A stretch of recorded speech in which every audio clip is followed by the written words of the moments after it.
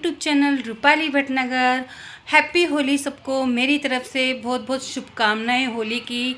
और आज मैं आपको बनाना सिखा रही हूँ मीठी लाल चटनी, जो इमली और गुड़ की से बनती है और इतनी टेस्टी होती है। दही बड़ों में और क्या रोटी के साथ, परांठे के साथ, चाहे वो किसी चीज़ में भी डाल के आप खाओ, बहुत टेस्टी बनती है वो चटनी। तो मैं स्पेशल आपको गुड़ वाली बनाना सिखाऊंगी कि कैसे बनाते हैं और नए तरीके से। आज तक यूट्यूब चैनल में जिसने भी मीठी चटनी बनाई है इमली वाली, वो किसी ने इस तरह से नहीं बनाई जिस तरह से मैं बनाना आपको सिखाऊंगी। और इतनी टेस्टी और इतनी खुशबू आती है ना उसमें, मज़ा आ जाएगा। चलो चलते हैं चटनी की तरफ।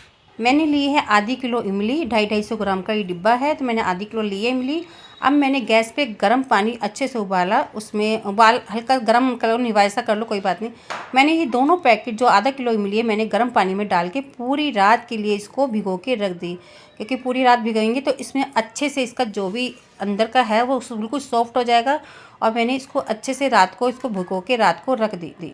अब मैं इसको बिल्कुल पानी में भिगो के और मैं इसको प्लेट से ढक के रख दूंगी पूरी रात के लिए। अब मैं मॉर्निंग में देखो बिल्कुल इसका कितना सॉफ्ट हो गया। अब मैं इसको देखो बिल्कुल नीचे बिल्कुल सॉफ्ट हो गया, हाथ से बिल्कुल अच्छे से हम करेंगे तो देखो बिल्कुल निकल जाएगा इसका गुद्दा सारा का सारा। ये मैंने लिया है 1.5 किलो गुड़, क्योंकि मैं चटनी बहुत सारी बनाऊंगी अपनी बहनों के लिए, 4 बहनों के लिए भी ले जा रही हूँ। ये देगी लाल मिर्च कलर के लिए, ये काला नमक स्वाद के लिए, ये सफ़ेद सिंपल नमक लिया मैंने, और ये लिए मैंने सौंफ में बहुत खुशबू आएगी और स्वाद लगेगा। ये सोंठ है, और क्या कहते हैं, ये है खरबूजे के बीज, और ये जीरा, और ये है अजवाइन, और ये है किशमिश। किशमिश मैंने ले ली है, ये 250 ग्राम किशमिश है। अच्छे से हजम हो जाएगा इसलिए अजवाइन डाल रही हूँ। और देखो ये मैंने सारा सामान तैयार करके इसको प्रॉपर रखा है। मैंने हींग भी ली है, क्योंकि हींग पेट को हाजमा सही करता है, इसलिए मैंने हींग ली है। और अजवाइन भी इसीलिए ली है कि हाजमे के लिए कि नुकसान ना दे। आप हाथ को, दोनों हाथों को अच्छे से धोकर तब इमली में डालना, नहीं तो गंदा हो जाएगा आपका ये जो इमली वाला पानी। साफ़ सुथरा बनाना बहुत ज़रूरी है। मैंने इमली का सारा पानी में से गुद्दा निकाल के अलग कर रही हूँ। अच्छे से हाथ से मैश करना। मैंने देखो पूरा गुद्दा अलग से कर दिया। अब मैं इसको छानूंगी अच्छे से प्रॉपर। मैं इसको, इसका जो गुद्दा है वो पूरा मेरे भिगोने में जा रहा है। मैं खाली उसकी गुठली गुठली निकाल के साइड कर रही हूँ। इमली का गुद्दा निकल के प्रॉपर तैयार हो चुका है। अब मैंने इसकी सारी गुठलियाँ निकाल के अलग कर दी है सारी।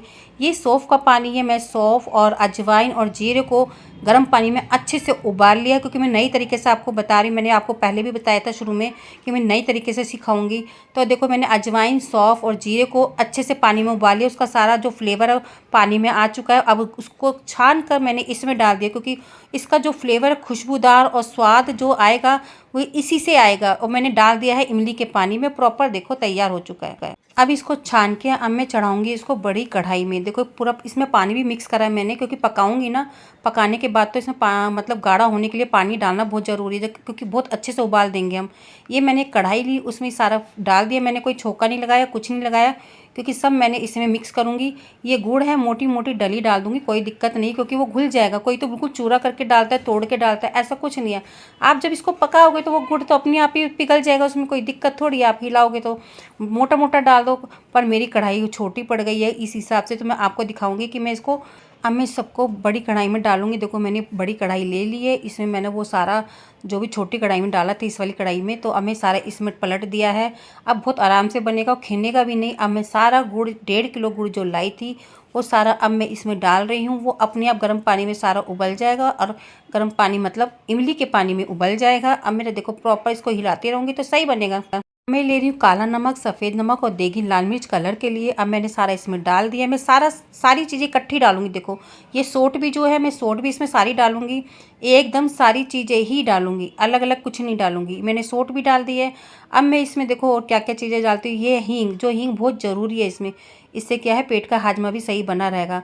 मैंने ये हींग ली, आधे ढक्कन से कम ली है, क्योंकि चटनी भी तो बहुत ज़्यादा है ना, तो इस हिसाब से हमारी हींग भी बहुत ज़्यादा चलेगी। तो उसी हिसाब से जितना सामान होता है उसी हिसाब से हम अपनी चीज़ें भी उतनी डालते हैं ना। तो क्योंकि अब देखो ये मैंने हींग भी डाल दी सारी चीज़ें। अब रह गई चीनी।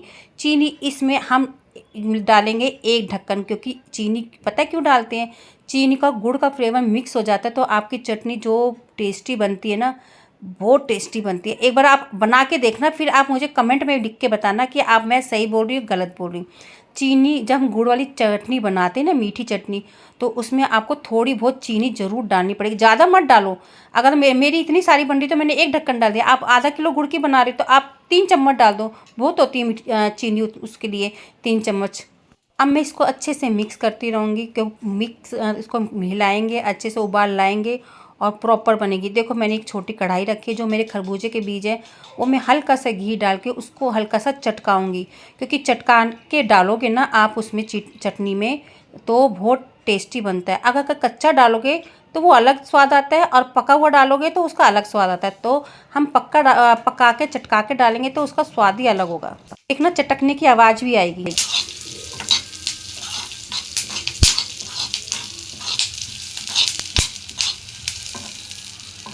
आई ना बीज चटकने की आवाज़, चक चक चक चक।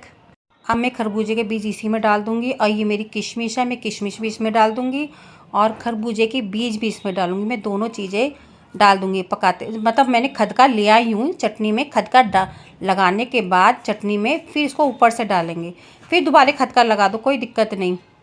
मैंने सारी चीज़ें इसमें जो भी चीज़ें मुझे डालनी थी मेरा प्रॉपर डल चुका है। खरबूजे के बीज भी डल चुके हैं और सारे मसाले डल चुके हैं मेरे, और क्या कहते हैं हींग भी डल चुकी है और किशमिश भी डल चुकी है। अब इसको हम अच्छे से पकाएंगे, गाढ़ा करेंगे इसको।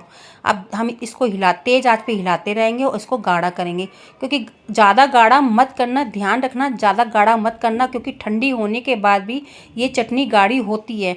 तो आप उतना ही रखना, बिल्कुल ज़्यादा मोटा भी नहीं पतला भी नहीं। तो आप नॉर्मल रखना, नॉर्मल पतला रखना, जिससे कि ठंडी होने के बाद आपकी चटनी ऐसी लगे कि आप दही बड़ों में डाल सको। देखो मेरी चटनी जो मैंने प्रॉपर तैयार हो चुकी है, मैंने गैस बंद भी कर दी है। तो देखो मेरी चटनी ना गाढ़ी है ना पतली है, ये ठंडी होने के बाद और गाढ़ी हो जाएगी। इसलिए मैंने ऐसी रखी है कि आराम से चमचे से उठाओ और बिल्कुल आराम से गिरे।